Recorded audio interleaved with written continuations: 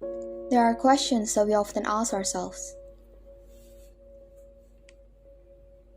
Do I deserve this? Am I worth it? Am I allowed to feel this way?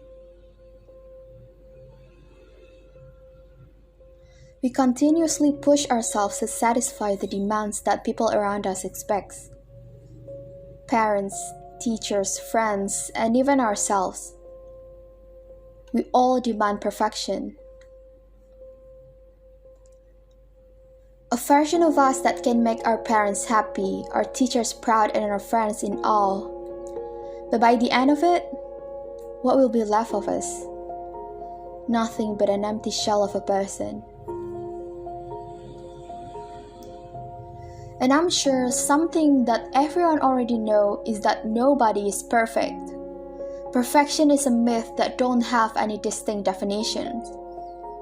And yet it still lingers around our mind, becoming a weight that drags us down bit by bit every day. We willingly share pieces of ourselves away, not noticing that we are running dry. Or maybe we do notice, but we just don't care. Because we always put others above ourselves.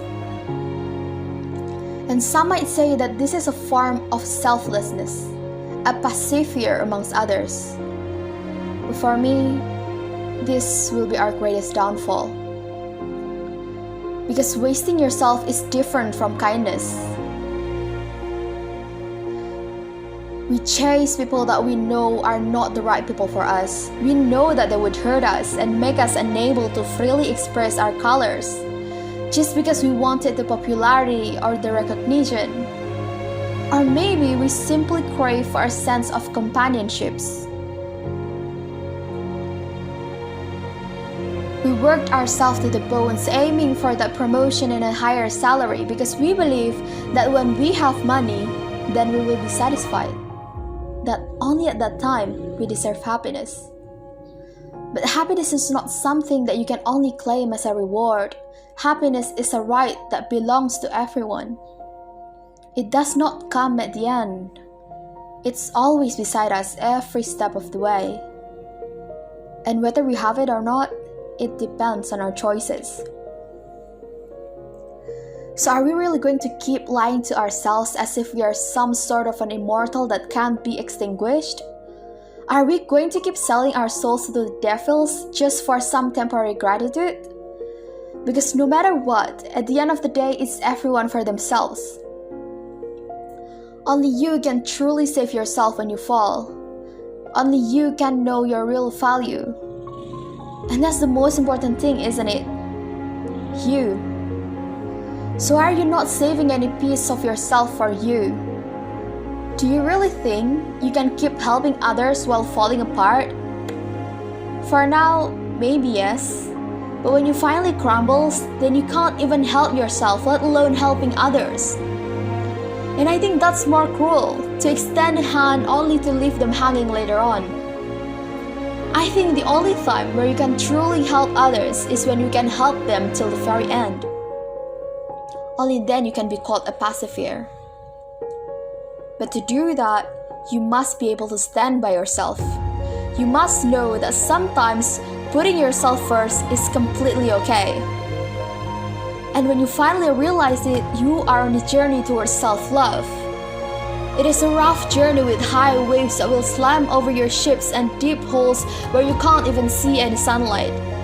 And you might even lose yourself along the way.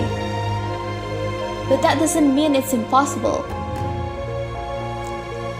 Try ask people who love themselves and they will tell you a story of hardships and nightmares that plagued their past. Some took weeks to overcome it, some took decades, and some even lose their wars. Falling is scary, you never know what will happen. But only when you fall, you could remember what it feels like to stand, what it feels like to run across a field towards your best friend, what it feels like to jump around on a bed with your siblings. Only then you will know that you're not supposed to be falling. You're supposed to have your feet on the ground. Some people can stand by themselves, by their own efforts.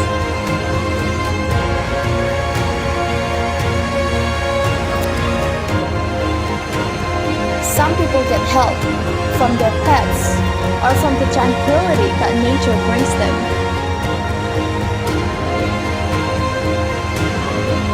Some others are lucky enough to have people that stands together with them.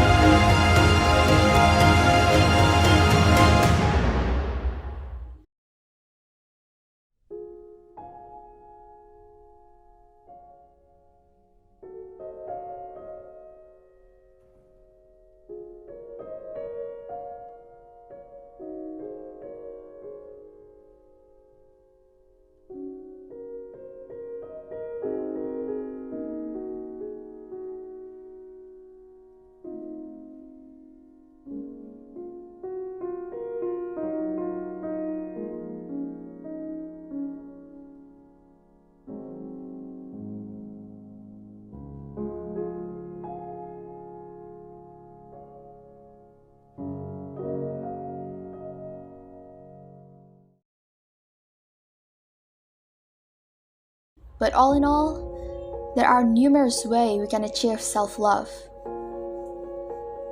And when we do, we can finally breathe in relief. Self-love is to know your own value and worth.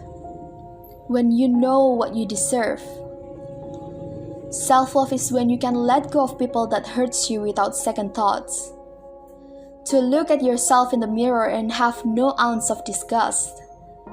To embrace your sexuality without shames, accepting your flaws and making the best out of it, wearing the clothes that you like and feel comfortable in, because everyone is beautiful in their own way, and that's what makes them, them. They say you either die a hero or you live long enough to watch yourself become the villain. But I think when you become a villain is when you truly know your worth.